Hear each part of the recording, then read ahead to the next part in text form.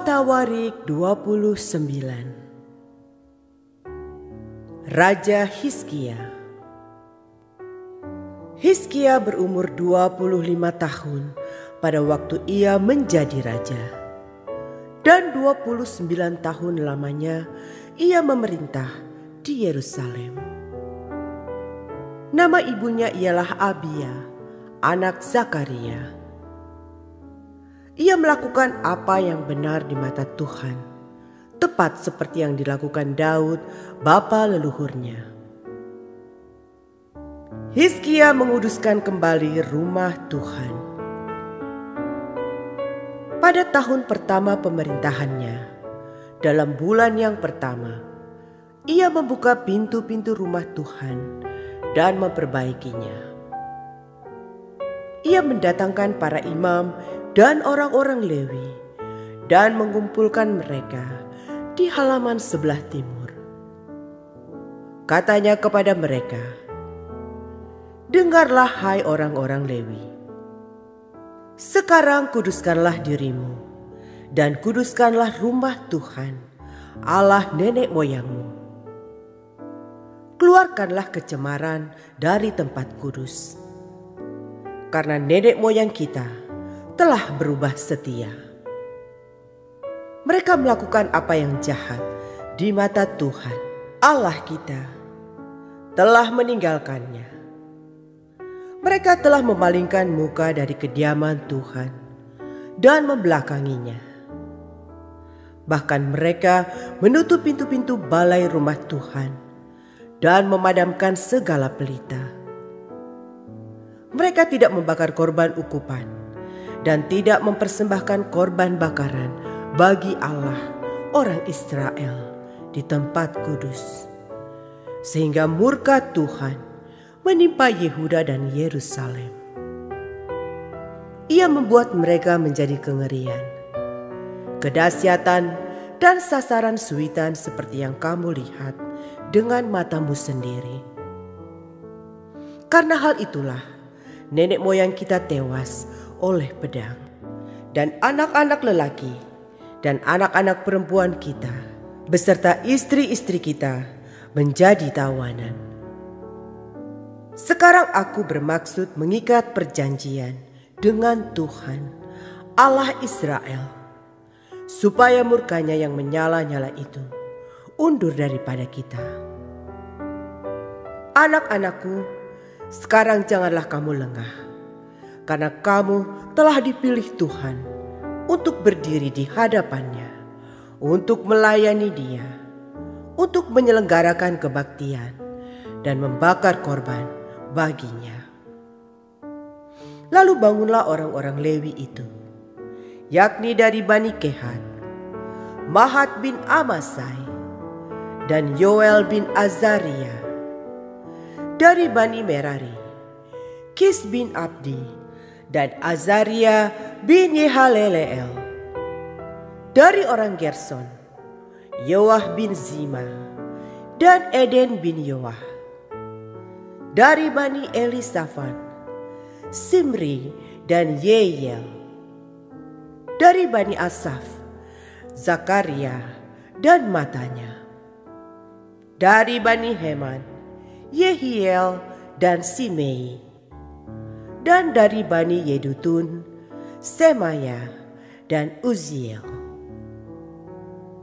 Mereka mengumpulkan saudara-saudaranya dan menguduskan dirinya.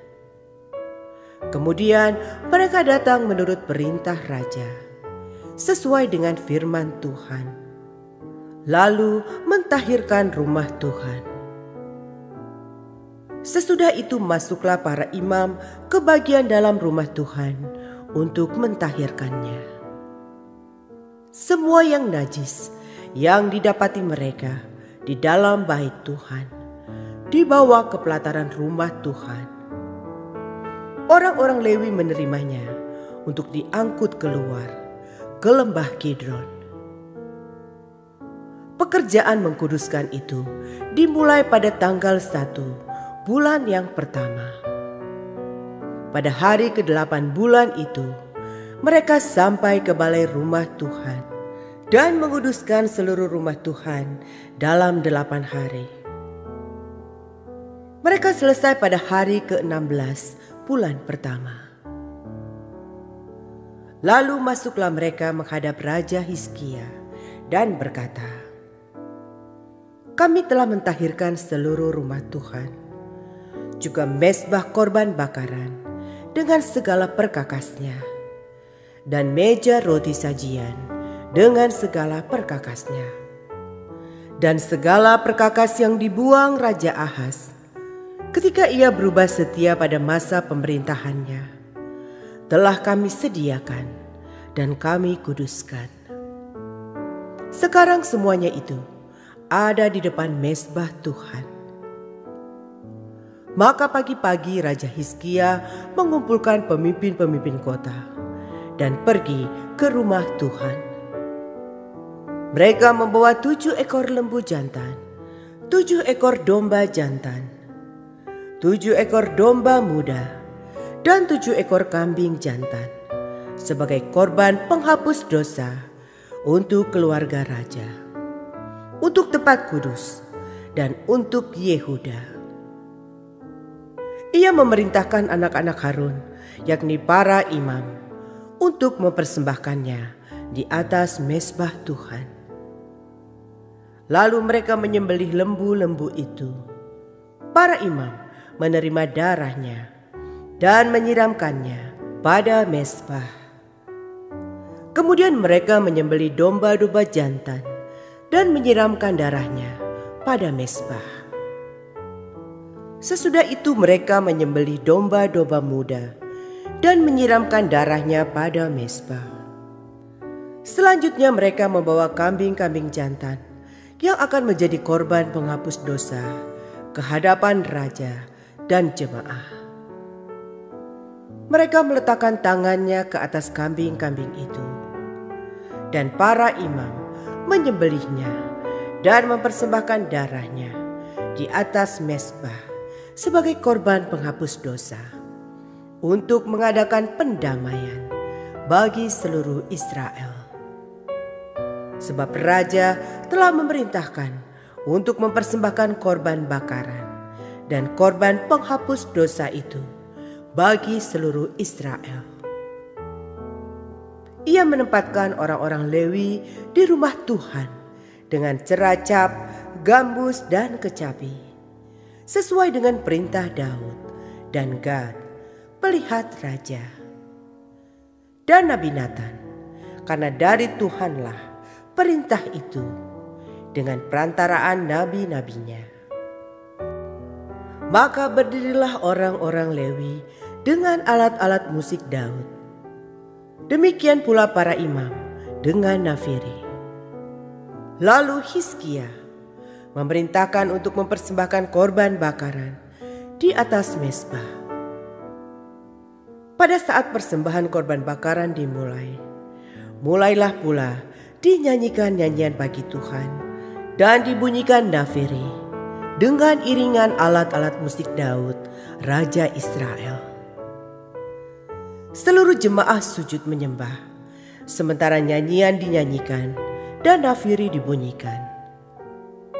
Semuanya itu berlangsung sampai korban bakaran habis terbakar.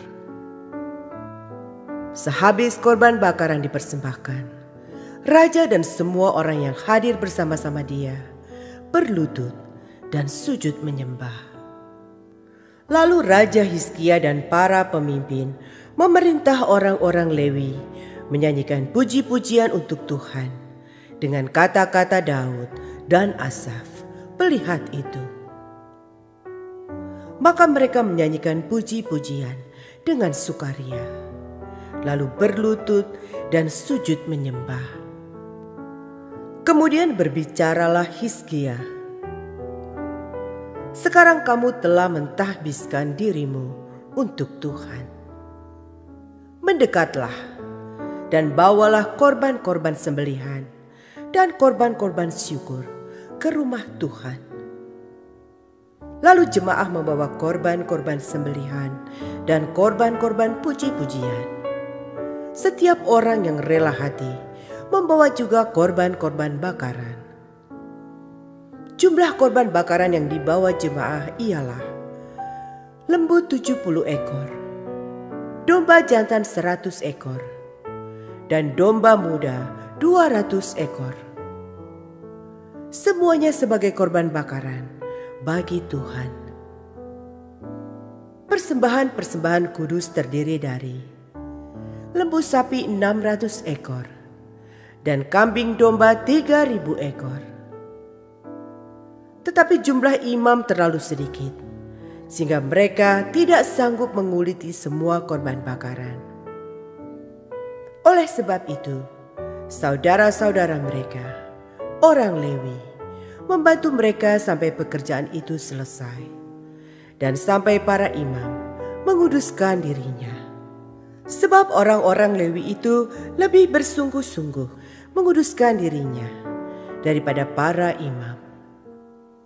Lagi pula korban bakaran itu banyak, dengan segala lemak korban keselamatan dan segala korban curahan pada korban-korban bakaran itu.